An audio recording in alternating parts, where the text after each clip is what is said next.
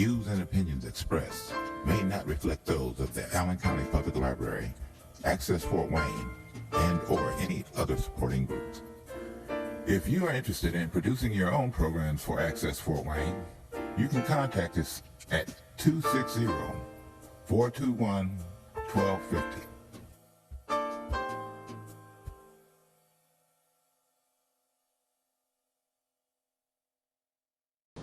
Hi everyone, I'm Mike Green, Public Information Officer in the Allen County Commissioner's Office, and welcome to Countyline.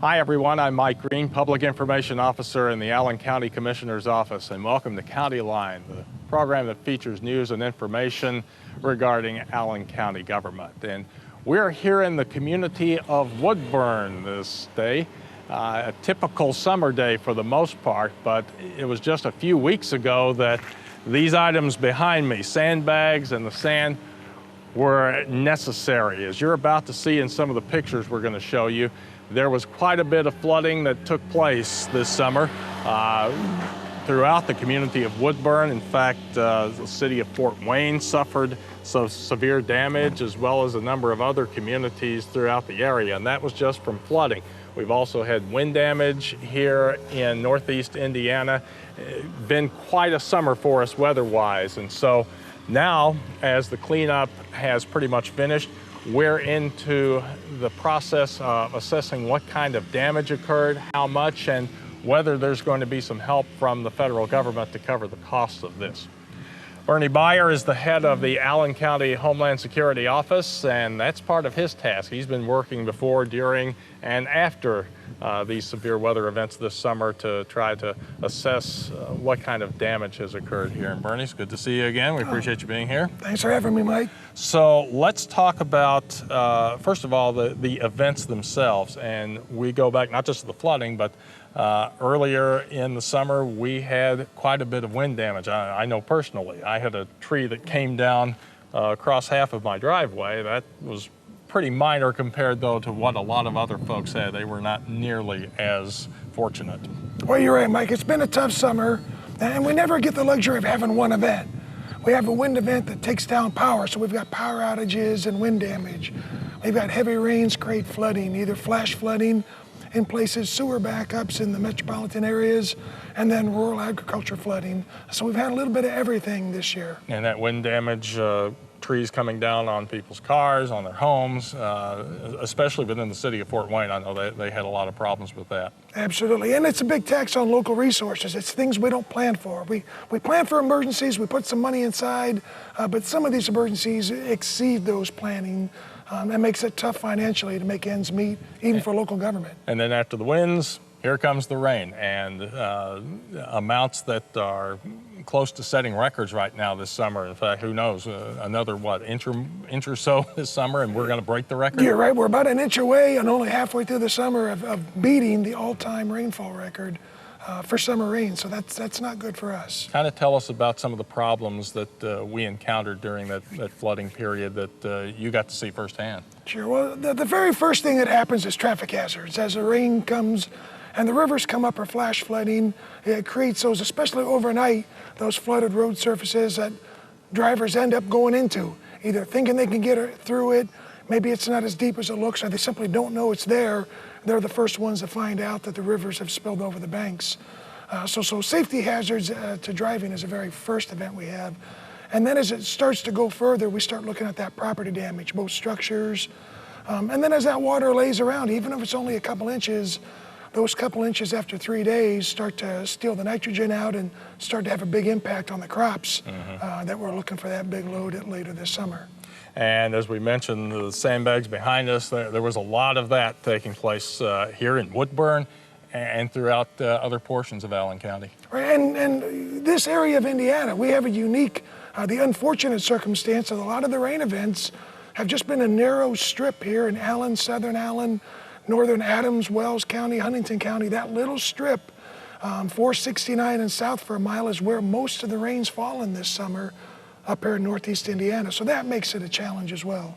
I know here in Woodburn they had to ask for help to place the sandbags, get them filled, and then put in the areas where they were needed. It's absolutely a team effort. It's the county highway being able to deliver sand materials, planning ahead of time to have the sandbags brought up from the state a year in advance in the warehouse, a system ready to go.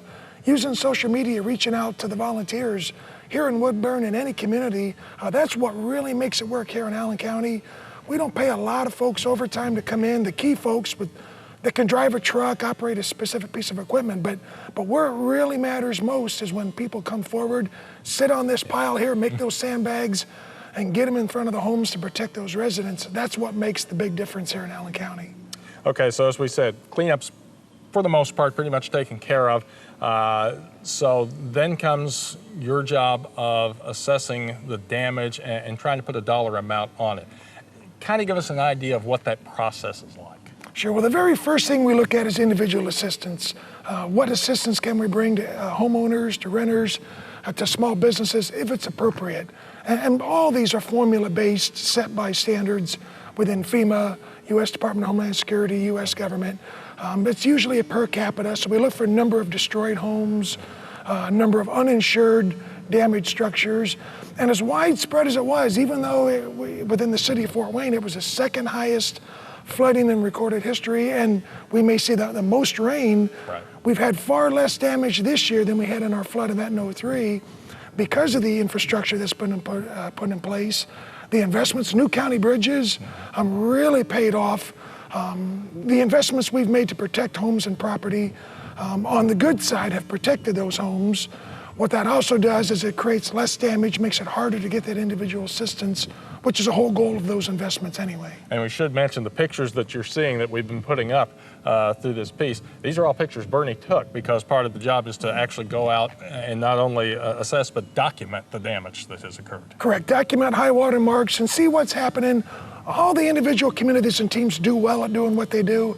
My job is to see how we're working as a system, where somebody might need help from someone else, a resource that might be needed, or anticipate the next requirement. And that's a lot about what this damage assessment is. While the flood fight's still going on, it's important to document that, get information early to the state so they can see what's happening in other counties so we get a bigger picture. Do we need assistance from the federal government? And as we're taping this, it's the latter part of July. What kind of numbers are we looking at right now? Well, right now, individual assistance doesn't look like we're going to come anywhere close to the thresholds needed from federal assistance, but there's a lot of other programs, small business loans, state programs, our social services and private services that serve the public every single day here in Allen County are the exact type of resources that we'll turn to if there's not federal assistance. On the public side, it's a completely different formula. After we've looked and assessed what assistance we can bring to individuals, we look to see what kind of reimbursements, if appropriate, we can do to local governments for the expense. It's pretty expensive to do this work, but it's a necessary service. That too is a per capita formula.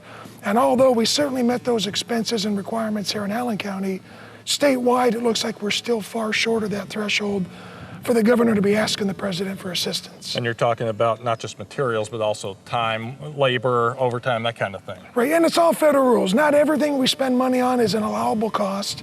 It has to be appropriate and allowable under the federal rules, and we know those costs well, and we take that into consideration when we use resources, but our first priority is public safety and do the things that are right for the community, and then afterwards, if there's reimbursement available, that's helpful. So for folks to understand a little bit better without getting too technical, you're looking at certain thresholds that we have to meet individually, but then also that the state has to meet, and that's sometimes where people don't understand. They see Allen County and the surrounding counties. It seems like a lot of damage from a dollar standpoint, but then you also have to look at the state. Kind of explain how that works. Correct. It's really a two-step process. The first thing that happens is the state as a whole has to have a threshold, and it's usually about $7.5 million. It's per capita based on population. The number changes each year, but statewide, the governor has to find that much cost to fight the emergency, whatever it is, and then ask the president for assistance. If that's granted, then only the eligible counties. Each county also has its threshold based on its population. Allen County being one of the biggest counties population-wise, we've got a pretty high threshold. And although we met at this time, the localized nature of the flooding, the winds, it's not been as widespread in the state. The state's not even close to its threshold yet. So right now, we're not in a position for the state to do the first part, to ask for the assistance and then make eligible counties eligible. But as you were mentioning to me beforehand, it's still important for Allen County to make that determination what kind of damage has occurred, because our damage, our assessments could actually be helping other counties. It's absolutely right. All eligible costs are counted towards the total, whether your county makes it or not. It's helpful to the others. It's also helpful locally. We can budget next year. We can identify, do we have the right resources? It gives justification if needed to our council bodies. Do we need to appropriate additional funds, or do we need to buy equipment? We can anticipate requirements. And then, like we've done well over the last 12 years, identify things that really we need to spend money to mitigate so we don't have that problem again.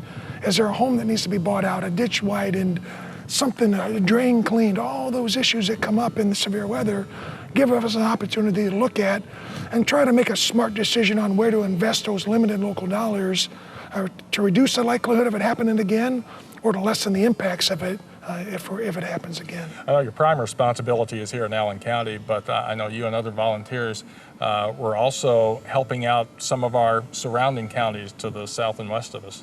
You're right. Down in Adams County, the source of the St. Mary's River for us, was proud to be there one night with 40, 45 Allen County volunteer firefighters that answered the call and went down to help sandbag a nursing home and some other structures to make sandbags. So it's absolutely a team effort, and we all know the impacts of flooding and how stressful that can be. And sometimes you just need young bodies that are strong and willing to help out for nothing more than a bottle of water and a thanks. And possibly they'll come help you out when you need the help. That's just how Hoosier hospitality works. So social media, the call for help, whether it's a trained first responder or a private citizen, it really is what makes things work when emergencies happen here in Indiana. Okay, so the likelihood of federal assistance is probably low for local governments to recoup some of that money that was spent. But how about individuals? I believe IDHS, the State Department of Homeland Security, is still accepting, submissions from just individuals, the general public, as to the damage they've had. Correct. It's an important part of the process to identify who had what type of damage. Each county has its own resources to go out, look at high water marks, make an initial assessment based on where the water is, what type of damage, but it's important for those individuals to report. The other thing we can do, it's not just about federal assistance, it gives us a list of who had damage and what needs they might have. A local social service agent, some other resource might be appropriate to assist, and we can't help if we don't know someone needs help. So that's also what that does. It allows us follow up to spend some time helping that individual, whether the assistance comes from the federal government, from state, or from local resources.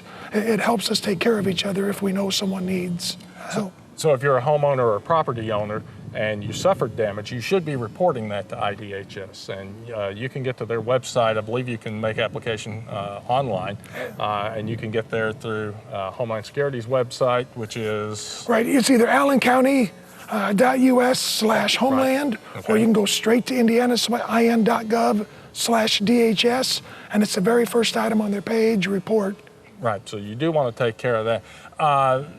From your position as Homeland Security Director here in Allen County, how would you assess how we responded to the flooding so far and the overall damage we've had from the severe weather this summer? I think it's, I've been here 12, 13 years now. I think this is the smoothest, the best response to a flood. Unfortunately, we're getting good at it. We've got a lot of practice. But this one was unique, where it wasn't just the city of Fort Wayne, it was the city of Woodburn. City of New Haven had trees down on the same morning. City of Fort Wayne flooded. So we had multiple responses in several areas of the county, wires down, highway crews, fire crews, clearing roads to make them safe from the event. We were able to respond to all those events because of the teamwork and coordination between and amongst the various agencies and the individual community members' involvement as well, taking some responsibility and helping the neighbors out. It was a big team effort with a lot of response, some days all at once, sometimes protracted over several nights, a lot of sweaty, tired people, but we got through it because we got through it together. And who knows, we may unfortunately still have some more summer to go, and we may have some more severe weather occurrences to take place, but hopefully, like you said, the response will continue to be great, and folks will continue to help out each other.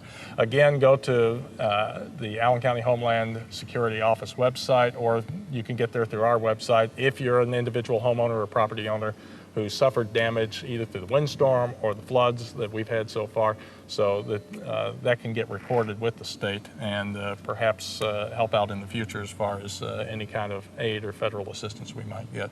Bernie, thanks for being with us. We appreciate it as always. Oh, thanks for having me again, Mike. And thanks for the great job you and your office are doing, and also all of the local responders here in Allen County. We thank them for the work they did over this very difficult period of time.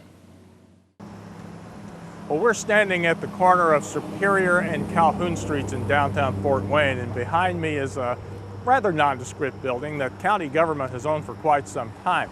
Now, if you had business to do with the Allen County Building Department or the Allen County Highway Department, you came to this building on this corner. It was the home for those two county government departments for quite some time. Now, when Citizen Square opened, those two offices moved to 200 East Berry Street. This building served as a temporary home for the Allen County Election Board as well as Allen County voter registration. But they have since moved back into the Rousseau Center in a new facility there. But we found another use for this building. The Allen County Clerk of the Courts will be using this, and Chris Nancaro is the Chief Deputy Clerk in the office, and he was intimately involved with a project to renovate and rehab this building to use it for a brand new purpose. And first of all, Chris, thanks for joining us to talk about this. Thank you, Michael. Let's talk about what you are using this building for now. What's in here? And basically what we have now is the Clerk of the Courts has moved in along with the Superior Court and Circuit Court and 4D Court as well. Okay. So, and these are operations that used to be where? at the old Annex building on 113 West Berry Street. Okay. And you were there. Those facilities were used for quite a while also, I believe. A little bit more than a decade we were there at the old building. Okay. And we were there a few years ago to get some video inside that, and I think to be nice, you could say it was cozy. Absolutely. It was kind of describe for folks what the situation was there. That's basically, from what I remember, it was a very narrow building, so we had a lot of clutter in terms of people moving back and forth, and also office area was very limited. And the workspace where we actually want to place our files, everything was very grouped together, very inefficient. People were a little confused on where to go next, and I believe this building expanded everything out a little bit more to get more paper flow a lot easier, and also moving people around a lot easier as well. And you had a lot of files there. Quite a few. You were using it for storage as well? I've heard that we've had around 500,000 files, and we ran the numbers, and it's around 1.5 miles of files, active files. Wow. So let's talk a little bit about how you got in here. This isn't something that just happened overnight. Kind of describe for us what took place. Well, basically, Lisa Boardman, the clerk of the court, was very instrumental to keep the momentum going, to keep this project going. We knew that building wasn't really a good fit for us, and over time we just had to wait until other indies moved out, and we also had a maintenance department who helped out amazingly to actually revamp this building on the inside.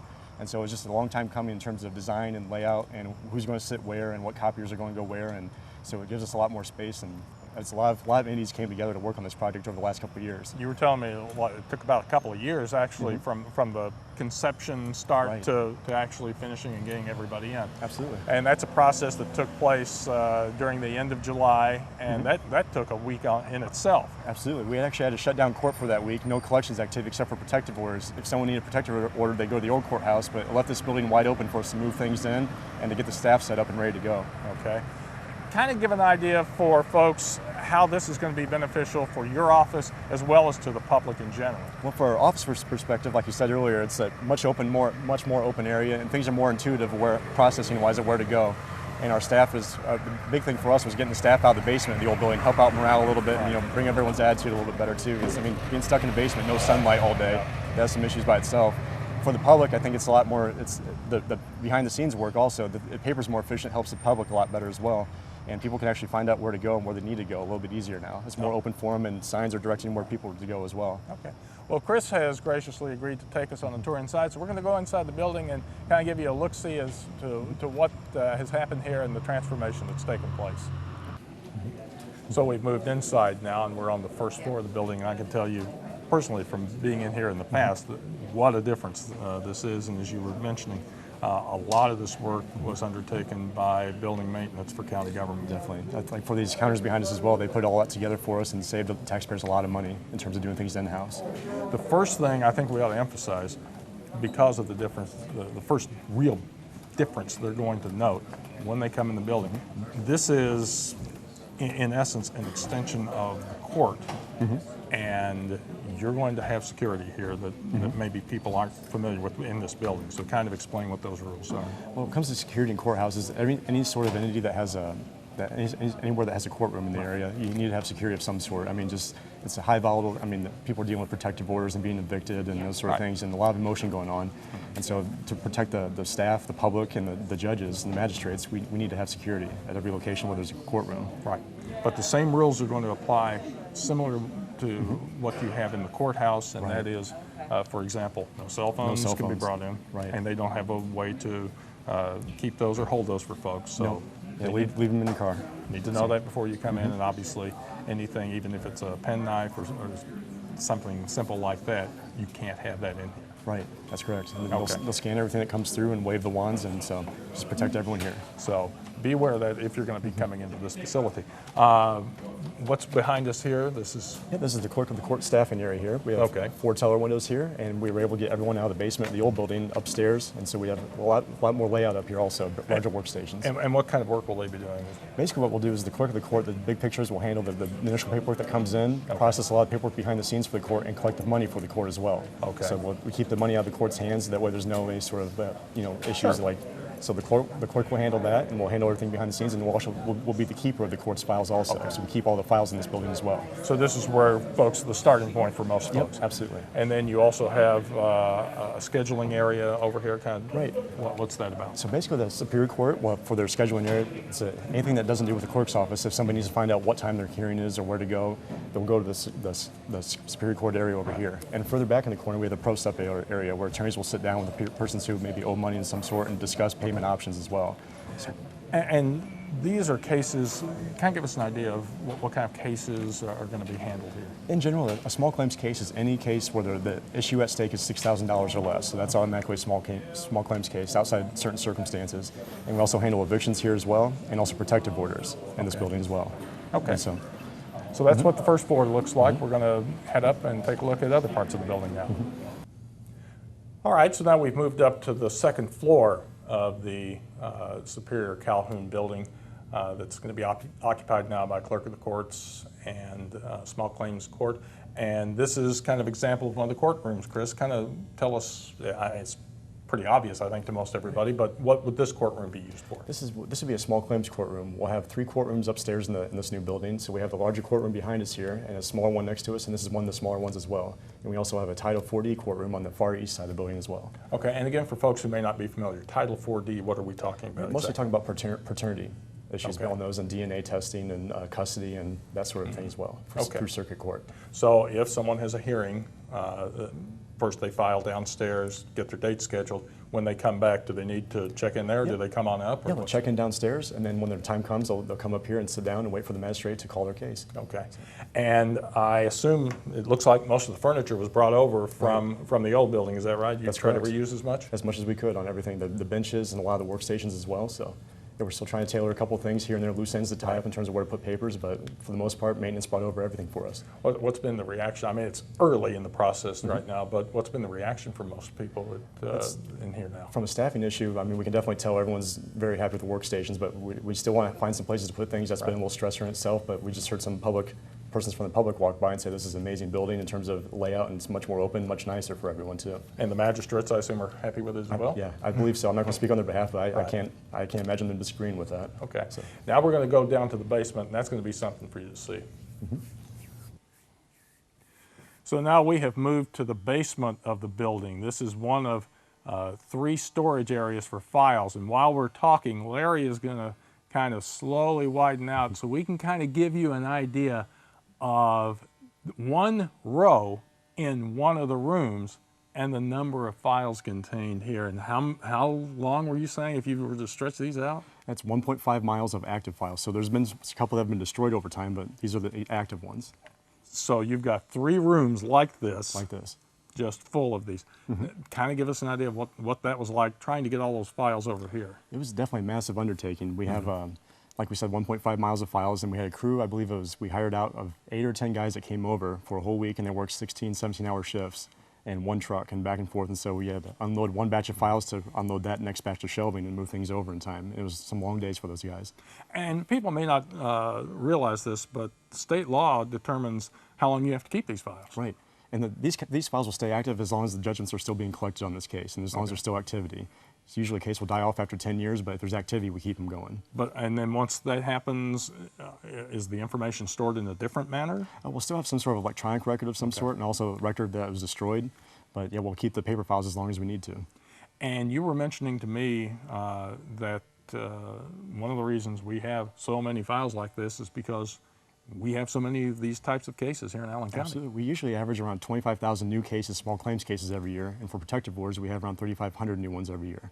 So we're always adding on to the top of this mix here. And again, the big difference, since most people didn't have access to the other building, to the basement there, and what it was like, the big difference is just the amount of room and space you have compared to the old building. Right, and then the movers are actually able to give us a couple more inches for some of the shelves here as well. So we have some room for expansion with more papers. Before the files are kind of hanging off the edge on some ledges. If there's more active ones in certain sections, the files are kind of fighting over space a little bit. Okay.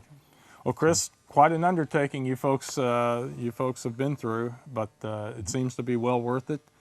We appreciate your time talking to us about it, taking us around to kind of give folks kind of an inside view of what small claims court is like here in Allen County and the things that are being done to help it run more efficiently and to give you a better experience as a public if you need to come here. Again, we're at Calhoun and Superior Streets. That's where the building's located. It used to be the old highway and building department building, but once again found a new use for this facility, and I know the folks in the clerk's office are very happy about it. Okay, thanks again, Chris. Thank you. And that concludes another edition of County Line. Don't forget, you can watch this program or other episodes of County Line online through our video on demand site, which we share with the City of Fort Wayne and Allen County Public Library, as well as our YouTube channel. You can get to either of those sites by going to our website, www.allencounty.us. I'm Mike Green, Public Information Officer in the Allen County Commissioner's Office. Thank you for joining us, and we hope to see you again next time on County Line.